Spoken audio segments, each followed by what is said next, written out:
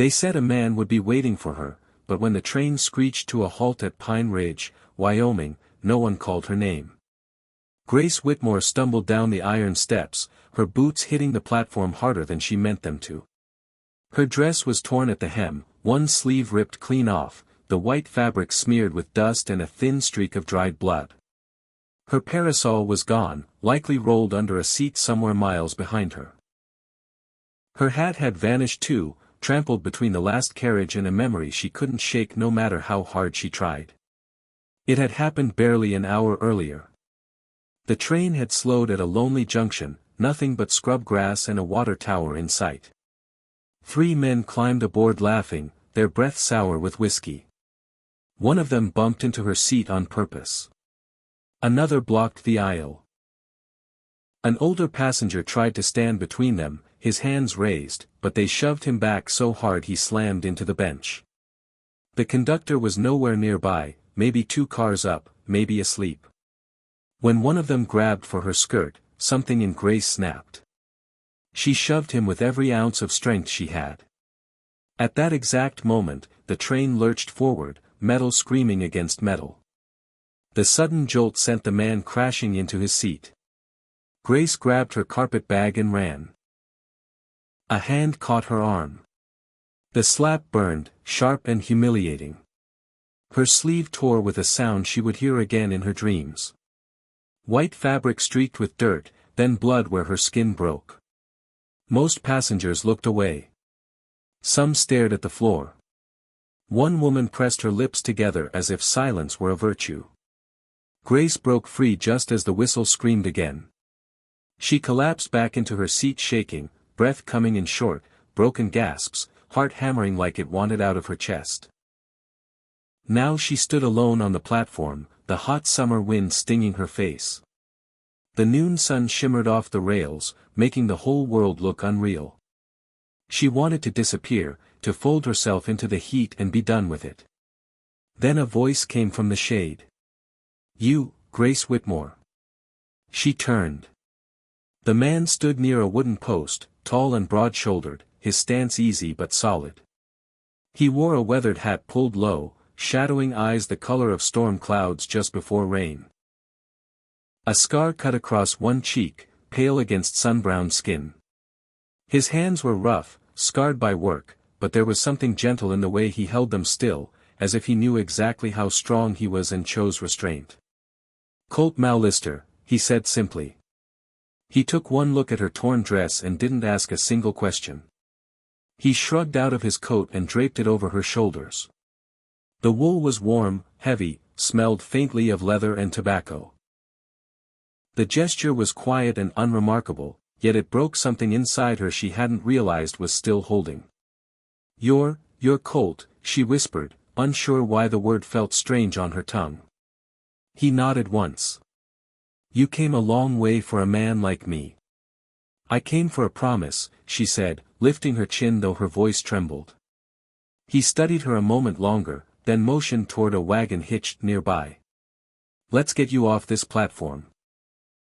The wheels creaked as they rolled away from the station, dust rising behind them like smoke from an old sin.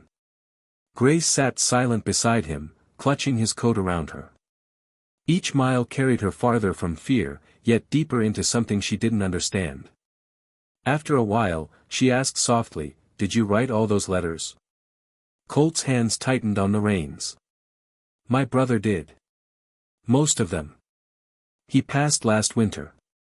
The words landed heavy. Grace swallowed.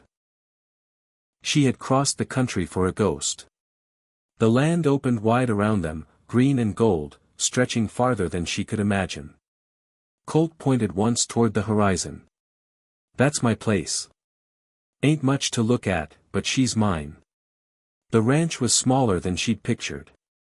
A leaning cabin, a barn missing half its boards, a patch of corn fighting the dry soil. Yet the air smelled clean. Honest. Free. Colt helped her down, his hand firm at her waist. The brief touch made her heart stumble. Inside the cabin, everything was simple. A table worn smooth by time. 2 chairs. A coffee pot older than she was. Colt poured her a cup, black as midnight. You drink it, he said, or it'll drink you. She laughed softly. It wasn't funny, but it felt human. Later, he led her outside, pulling an old measuring tape from his pocket. He knelt and pressed it into the dirt. You see this soil, he said.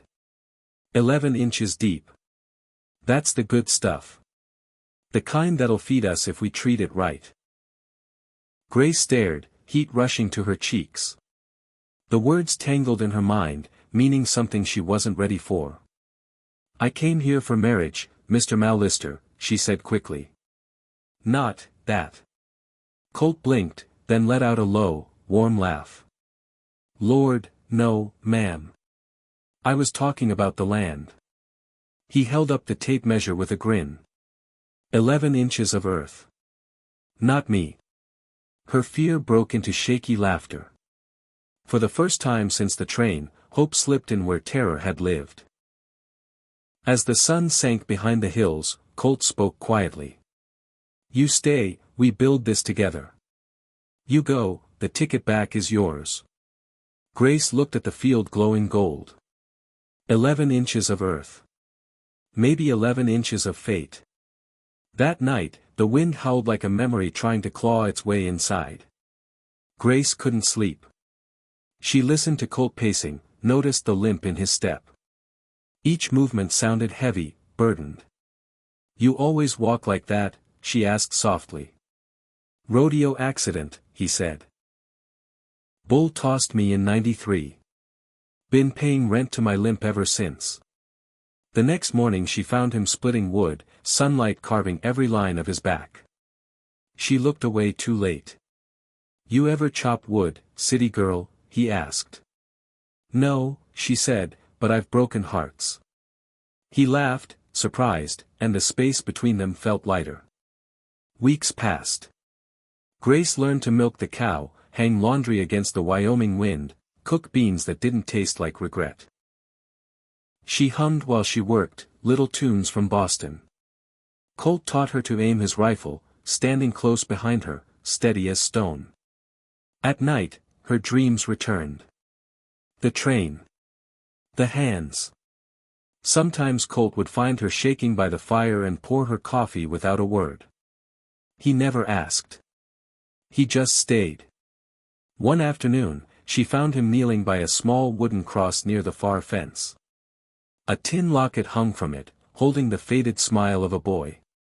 Tim Mallister. The name from the letters. You were never meant to meet me, Colt said quietly when she stepped closer.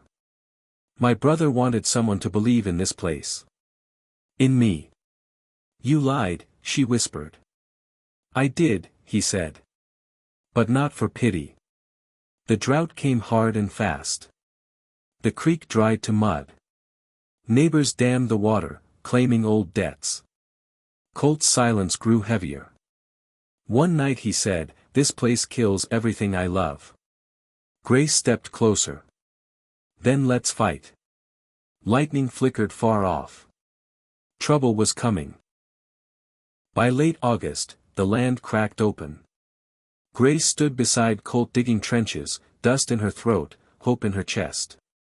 You told me this soil was 11 inches deep, she said. Maybe what it needs most isn't rain. Maybe it's faith. Colt looked at her then, really looked. And something shifted. Because sometimes the West doesn't reward the strong. It rewards the stubborn. And together, they dug deeper.